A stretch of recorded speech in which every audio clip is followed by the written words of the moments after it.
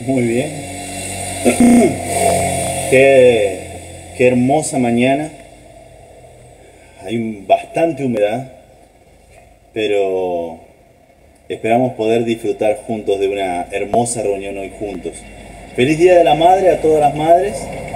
La vamos a saludar más adelante también, pero queremos recordar a las madres. Damos gracias al Señor por ustedes, aunque en el texto que tenemos hoy nos deja bien en claro que el domingo es el día del Señor, pero celebramos las madres. Damos gracias a Dios por la vida de cada una de ustedes.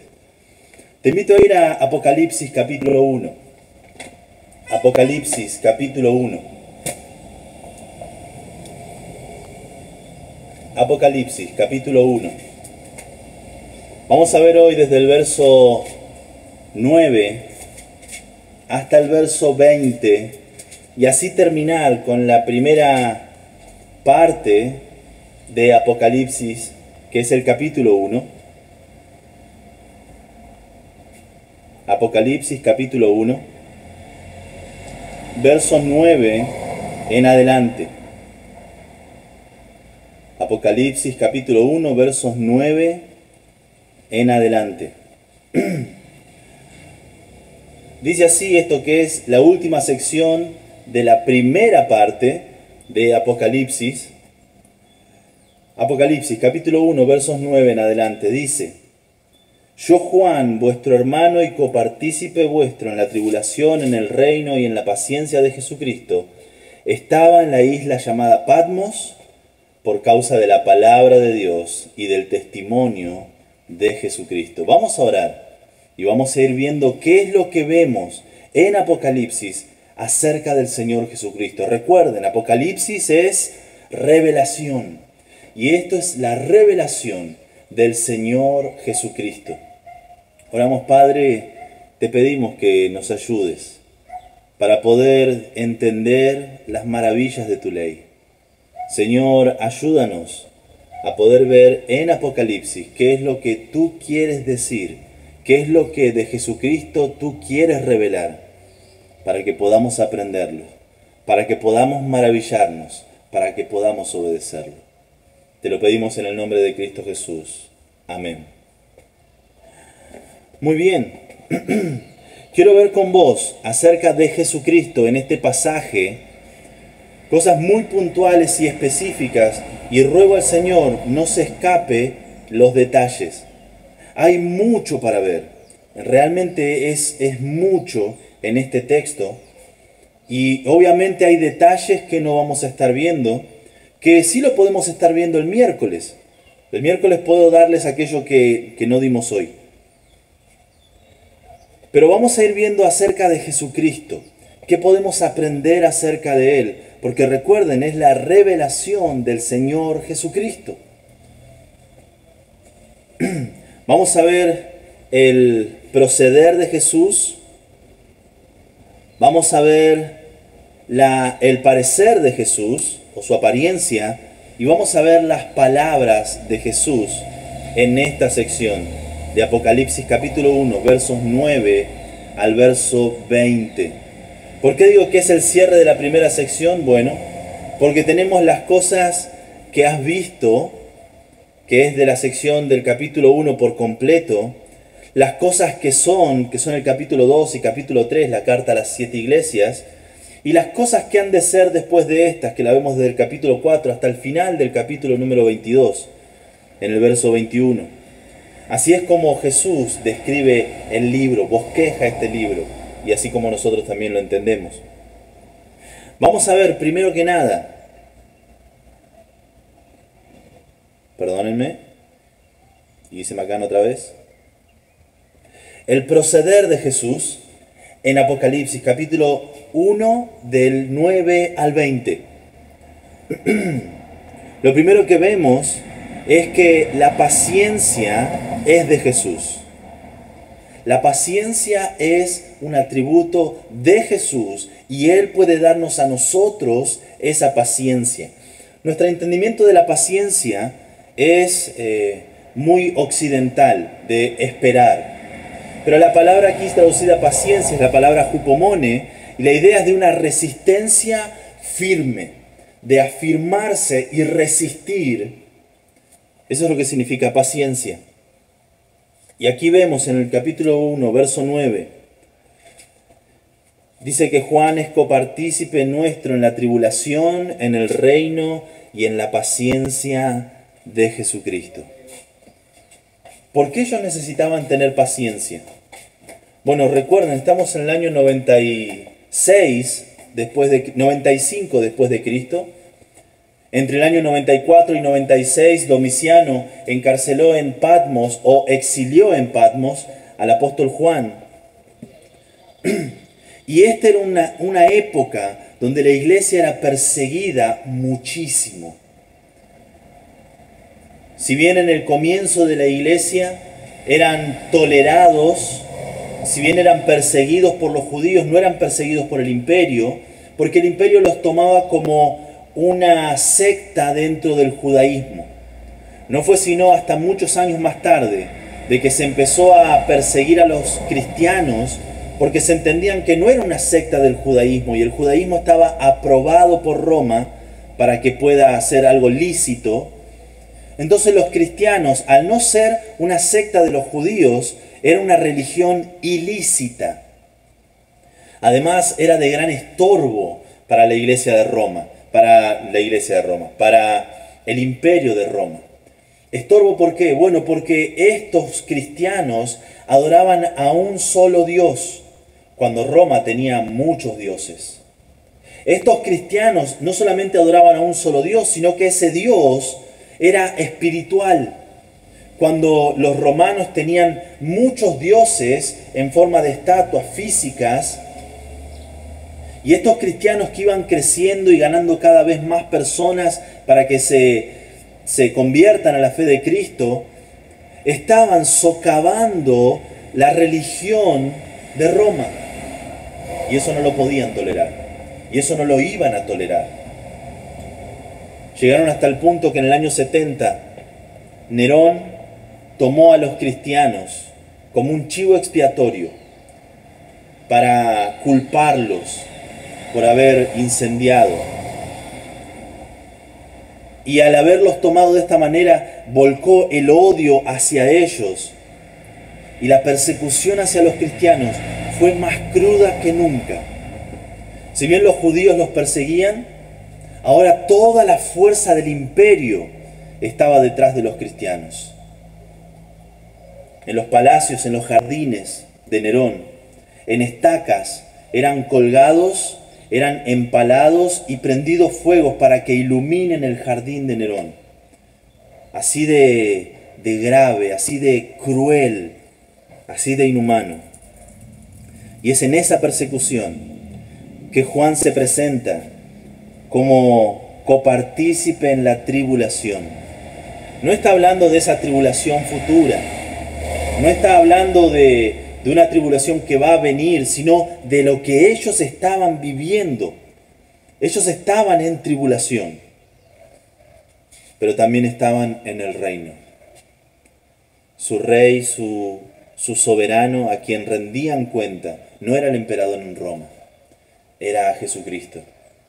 Y ese Jesucristo era aquel que proveía este hupomone, esta paciencia, esta resistencia firme que proviene de Jesús.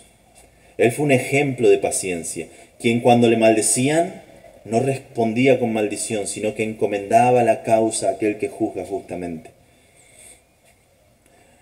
Necesitamos entender que no hay convicciones sin consecuencias. Estas personas estaban pasando por tribulaciones por sus convicciones. No hay convicciones sin consecuencias. Dice, estaba en la isla llamada Patmos por causa de la palabra de Dios, verso 9, y el testimonio de Jesucristo. Juan estaba exiliado en esta isla llamada Patmos, no estaba de vacaciones, era una isla volcánica, era una isla sin vegetación aparentemente, era una isla pequeña, 10 kilómetros por 15 kilómetros, muy pequeña. Estaba a 64 kilómetros de lo que sería tierra continental, lo que sería la actual Turquía, Asia Menor en ese tiempo. Alejado en un lugar pequeño y no estaba de vacaciones, él estaba desterrado. El destierro era algo que Domiciano, el emperador de ese momento, utilizó frecuentemente como castigo. Por ejemplo, leemos en Historia del Nuevo Testamento, escrita por F.F. Bruce, que incluso desterró a su propia sobrina Flavia Domitila. Era una práctica común de las personas o matarlas o exiliarlas. No me molesten más, no quiero saber nada con ustedes. Y eso es lo que le sucedió a Juan. La tradición dice que le intentaron matar y no pudieron, entonces lo exiliaron. Pero eso es la tradición. Lo que las escrituras nos indican de que Juan estaba ahí por sus convicciones, por causa de la palabra de Dios y el testimonio de Jesucristo. No hay convicciones sin consecuencias. Pero siguiendo poniendo el foco en Jesucristo, de Él también es el testimonio. Dice que Él estaba por causa de la palabra de Dios y del testimonio del Señor Jesucristo. El testimonio es de Jesús. Él dio testimonio por primera vez al venir a nosotros. Se despojó a sí mismo. Tomó forma de hombre y hecho semejante a los hombres, se humilló aún más. Se hizo siervo. Y como siervo murió en una cruz. El testimonio es del Señor Jesucristo. Él dio el primer paso para encontrarse con nosotros.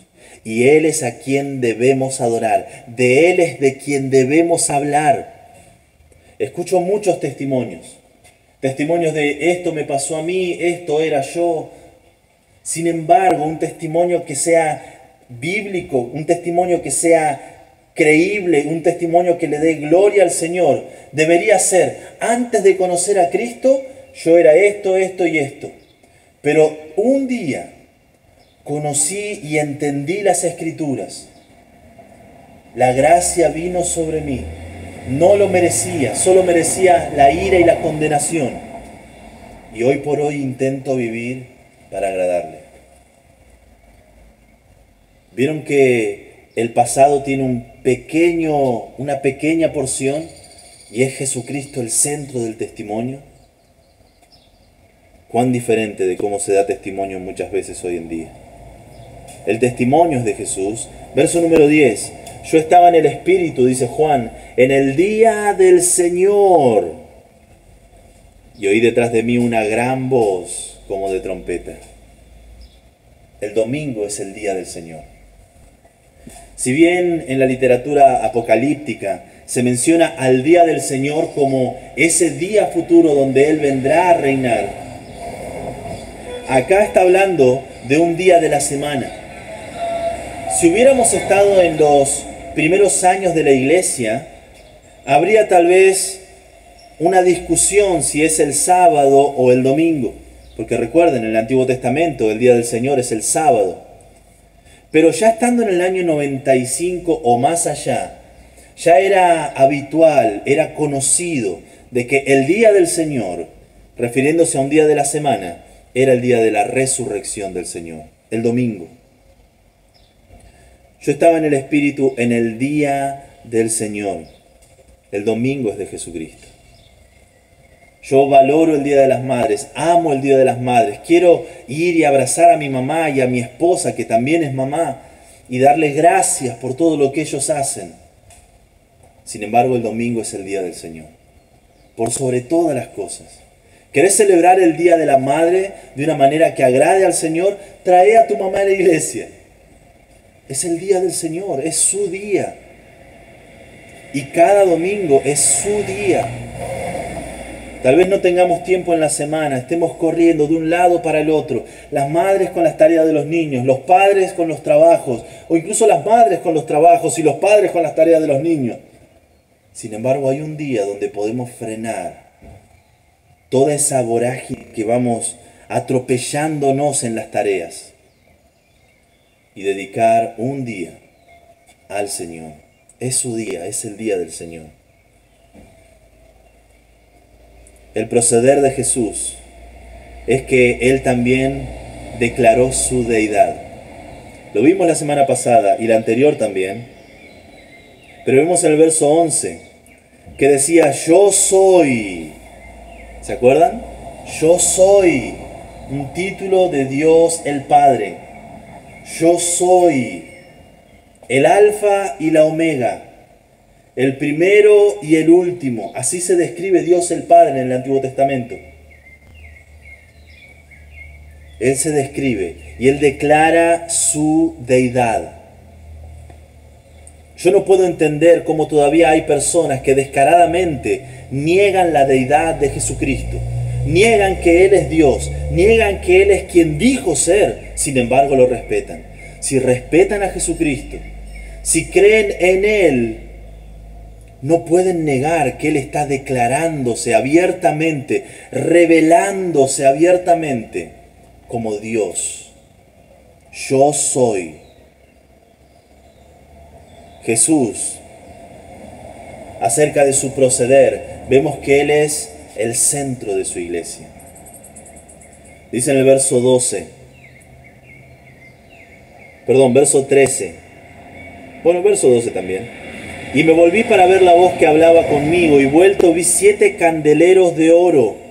Más adelante vemos que esos candeleros es la iglesia o las iglesias. Y en medio de los 7 candeleros, a uno semejante al Hijo del Hombre, vestido de una ropa que llegaba hasta los pies y ceñido por el pecho con un cinto de oro. La iglesia es de Jesús. ¿Dónde dice que esos candeleros son la iglesia? Bueno, verso 20. El misterio de las 7 estrellas que has visto a mi diestra y de los 7 candeleros de oro. Las 7 estrellas son los ángeles de las 7 iglesias. Y los 7 candeleros que has visto son las 7 iglesias. Esas 7 iglesias a las que iba dirigida esta carta: Éfeso, Esmirna, Pérgamo, Tiatira, Sardis, Filadelfia y Laodicea. Jesús está en medio de esos candeleros. Él es el centro de su iglesia. Más adelante vamos a volver a ver acerca de esto. Pero es fascinante. Él es el centro de su iglesia. Por eso las canciones que cantamos son acerca de Él. Por eso todo lo que hacemos se trata acerca de Él. Y si en algún momento nuestra iglesia o cualquier iglesia saca el foco de Jesucristo y lo pone en las personas, dejó de ser la iglesia de Jesucristo. Porque Él es el centro de su iglesia. Él es el sumo sacerdote que intercede por su iglesia, que fortalece a su iglesia, que dirige a su iglesia, que es la cabeza de su iglesia. Es su iglesia. Me fascina acerca del proceder de Jesús. En el verso 16 dice: tenía en su diestra 7 estrellas, y de su boca salía una espada aguda de 2 filos, y su rostro era como el sol cuando resplandece con su fuerza, en su fuerza. Lo vimos en el verso 20. Estas 7 estrellas son los ángeles de las 7 iglesias. No está hablando de un mensajero divino, sino de los mensajeros que habían sido puestos en cada una de esas iglesias. No hace falta saber griego o nada por el estilo para darse cuenta de que estos mensajeros o estos ángeles, estas estrellas, que dice más adelante en el verso 20, las 7 estrellas son los ángeles de las 7 iglesias. Estas 7 estrellas, estos 7 ángeles, no son otra cosa que los pastores, aquellos que abren las escrituras y la leen para que la gente lo entienda. Aquellos que cuidan el caminar espiritual de las personas.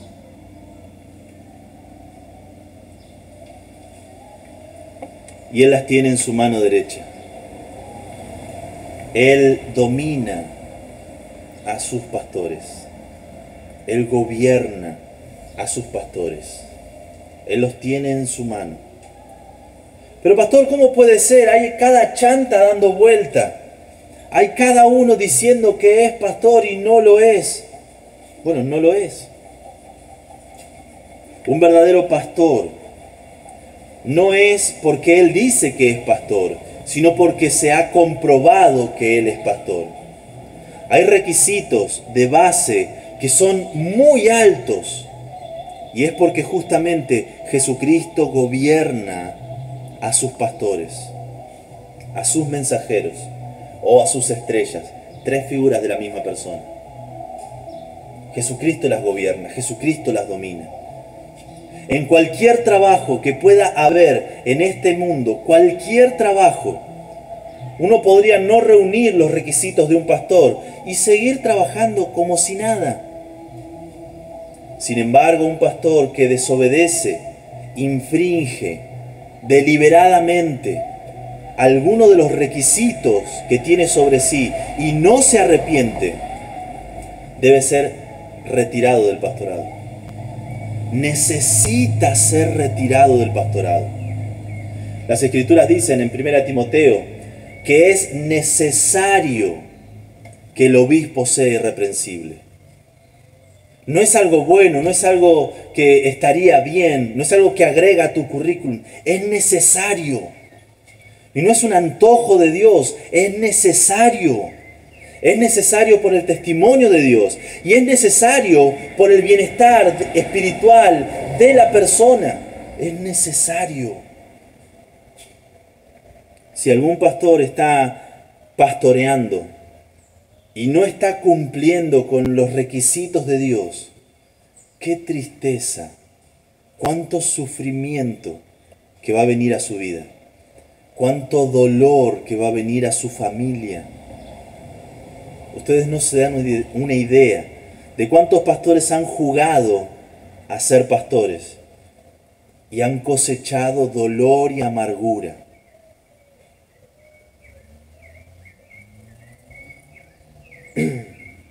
Jesús tiene a sus mensajeros en su mano derecha. Vimos entonces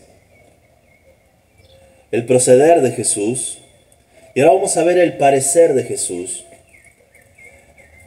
Por una parte vemos que tiene una voz poderosa en el verso 10. Yo estaba en el Espíritu en el día del Señor y oí detrás de mí una voz como de trompeta. Una voz poderosa. Es fascinante. La voz del Señor Jesucristo es una voz poderosa.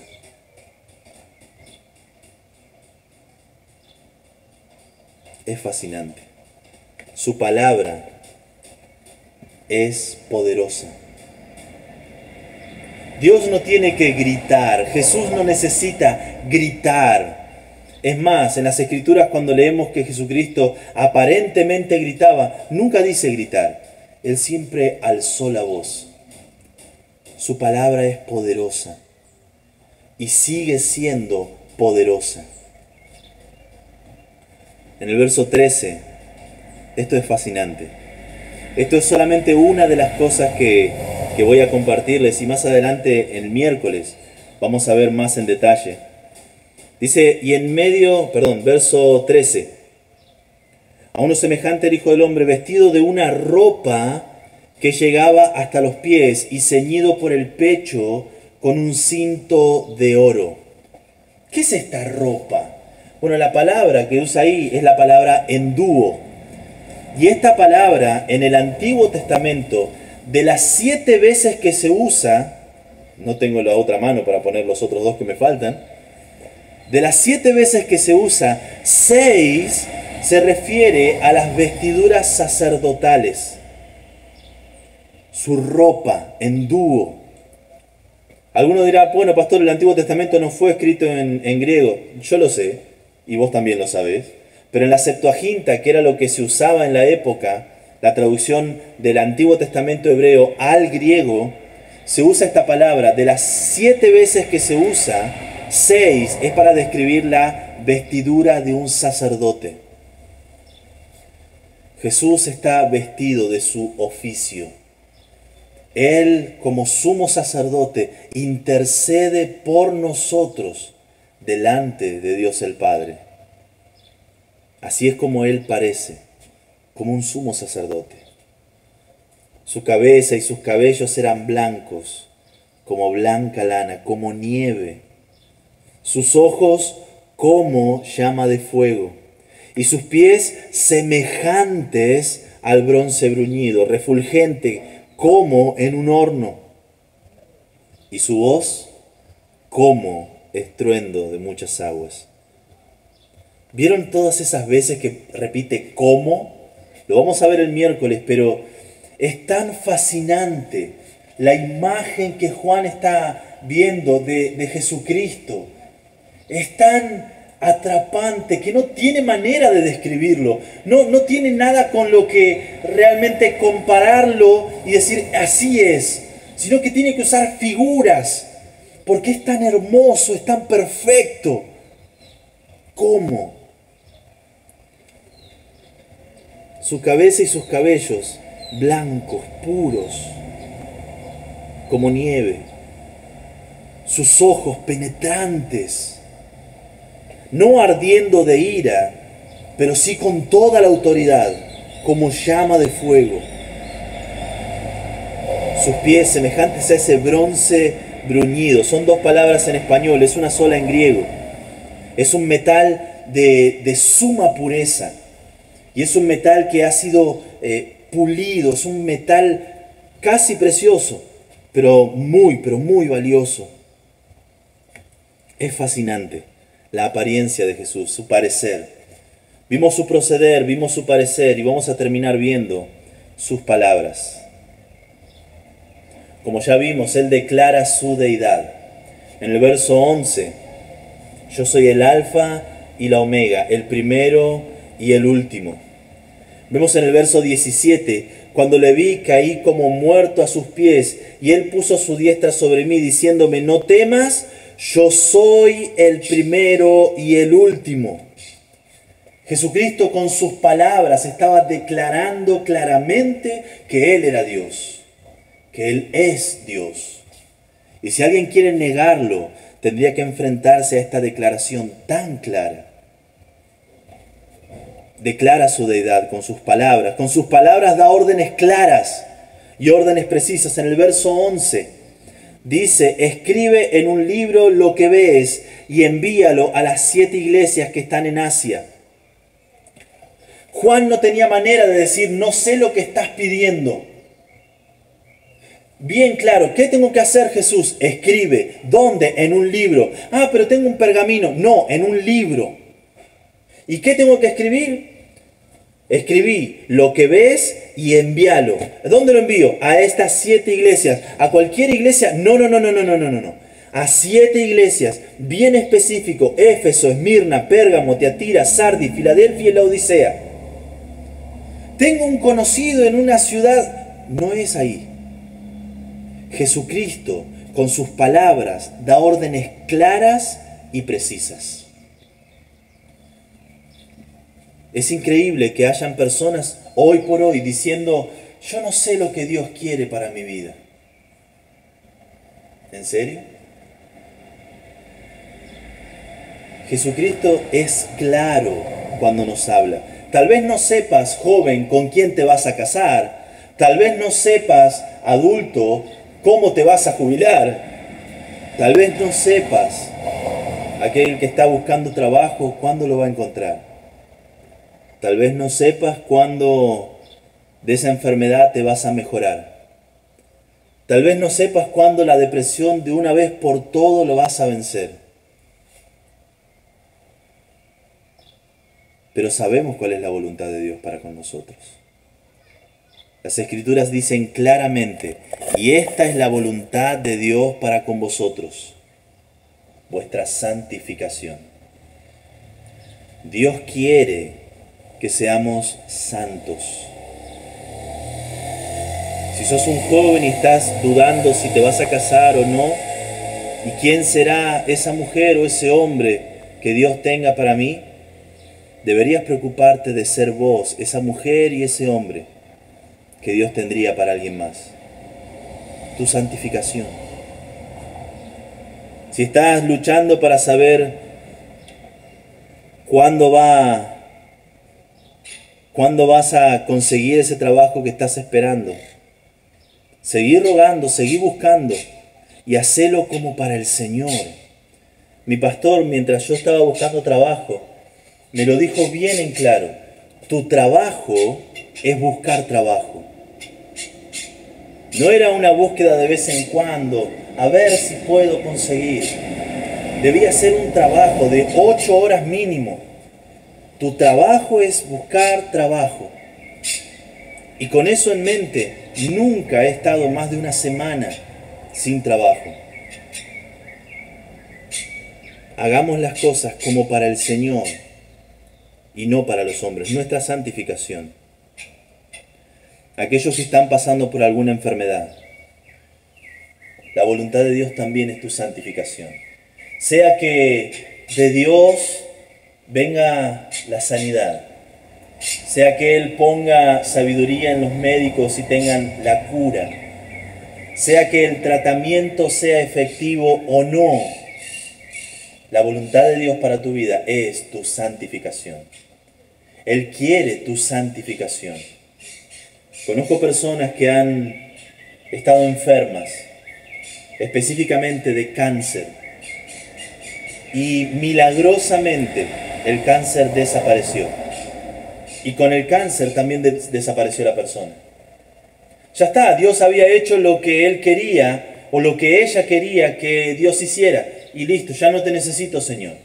La próxima vez que tenga un problema, vuelvo a ir.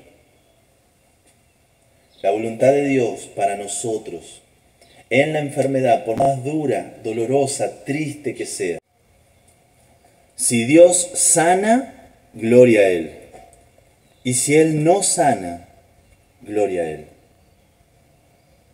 Dios quiere nuestra santificación. Ahora, Dios no está diciendo: confíen en mí y borren sus emociones. Dios no está retándole a aquel que está sufriendo, sino que Él lo comprende. Vemos, por ejemplo, en el verso 17, las palabras de Jesús. Cuando le vi, caí como muerto a sus pies, y Él puso su diestra sobre mí, diciéndome: no temas. Él puso su diestra. Cada vez que una persona se encuentra con Jesús, no cae hacia atrás, sino que cae postrado hacia adelante en adoración. Y mientras Juan estaba cayendo como muerto a sus pies, Él puso su diestra sobre él y le dijo: no temas, no temas. Jesús se ocupó de las emociones y sentimientos. Él comprendió lo que era el temor. Jesucristo fue tentado en todo según nuestra semejanza, pero sin pecado. Él entiende lo que es sentir miedo. Él entiende lo que es ser traicionado. Él entiende lo que es estar solo. Él lo entiende. En agonía le dijo: Dios mío, ¿por qué me has desamparado? Él entiende la soledad. Y Él nos entiende. Y se ocupa: no temas. Él da testimonio de sí con sus palabras, verso 18. Y el que vivo y estuve muerto, mas he aquí que vivo por los siglos de los siglos. Amén. Y tengo las llaves de la muerte y el Hades. Él da testimonio de sí mismo. Y Él nos da el bosquejo del libro con sus palabras, verso 19. Escribe las cosas que has visto. Esto es todo el capítulo 1, del verso 1 hasta el verso 20. Y las cosas, verso 19, y las que son, eso lo vamos a ver del capítulo 2 hasta el capítulo 3, al final del capítulo también. Todo el capítulo 2 y todo el capítulo 3. Y las que han de ser después de estas. Eso lo vamos a ver del capítulo 4 hasta el final del libro, en el capítulo 22.